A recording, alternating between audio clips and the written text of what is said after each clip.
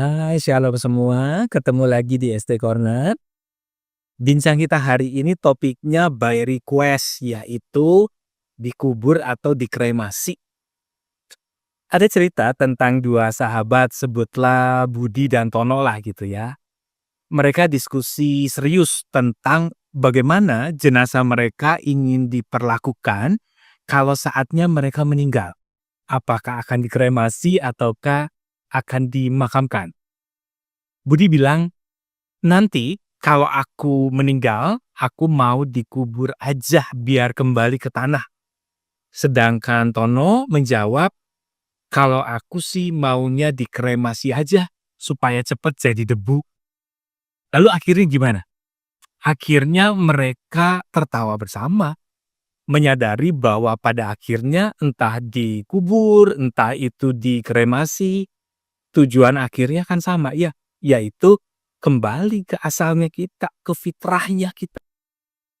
3 hari lalu ada seorang sahabat mengirimi saya video tentang seorang pendeta yang di dalam program itu diwawancara dengan pertanyaan, boleh nggak sih orang Kristen dikremasi? Dan singkatnya, tentunya dengan semua penjelasannya, beliau menjawab bahwa cara yang benar adalah dengan dikubur. Bagaimana menurut saya? Menurut pandangan saya, ini tentu boleh-boleh aja, sah-sah saja sebagai sebuah pengalaman berteologi yang khusus gitu ya, atau partikular, yang nggak perlu dipaksa-paksakan untuk menjadi universal. Karena bagaimanapun setiap denominasi kan berangkat dari tradisinya beda, pemilihan ajarannya beda. Ya, kita bersyukur aja karena kemudian spektrumnya, hasanahnya jadi sangat beragam sekali. Bahkan sebenarnya kita bisa lebih matang memaknai apa yang disebut dengan falsiability atau gampangnya menerima bahwa apa yang saat ini kita anggap sebagai benar bisa jadi keliru. Yang penting adalah hati kita tetap terbuka untuk sebuah pembelajaran-pembelajaran. Jadi tetap sukacita aja ya kalaupun melalui video ini ada yang tidak setuju dengan pandangan saya, tidak apa-apa. Pokoknya feel free aja untuk berbeda.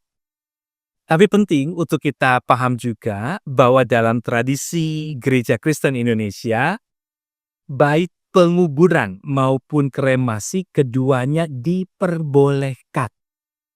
Kenapa demikian? Karena pertama, maaf kalau saya salah atau kurang teliti, tapi Alkitab sebenarnya tidak memberikan sebuah perintah spesifik mengenai cara perlakuan jenazah.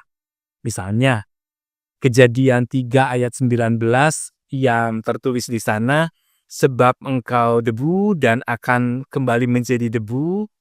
Jadi proses kembali menjadi debu ini bisa terjadi melalui penguburan lambat atau kremasi yang lebih cepat.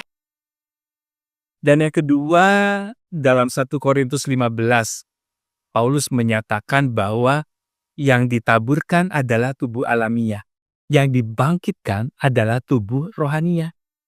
Ini kan kemudian menegaskan bahwa bentuk fisik atau materi tubuh kita bukan lagi hal yang utama di dalam kebangkitan. Ada satu lagi kisah terkenal dalam 1 Samuel 31, ini saat penduduk Yabes Gilead mengambil jenazahnya Saul dan anak-anaknya, kemudian mengkremasikan jenazah mereka, lalu menguburkan tulang-tulangnya. Mereka melakukan ini sebagai bentuk penghormatan. Ini menunjukkan bahwa mengkremasikan jenazah bukan hal yang dilarang kok di dalam tradisi Israel. Intinya begini, mari kita mengingat bahwa esensi dari pemakaman dan kremasi adalah menghormati mereka yang telah berpulang dan menghibur yang ditinggalkan. Jadi, baik melalui penguburan maupun melalui kremasi, yang terpenting adalah sikap hati kita dalam menghormati dan juga mengenang mereka.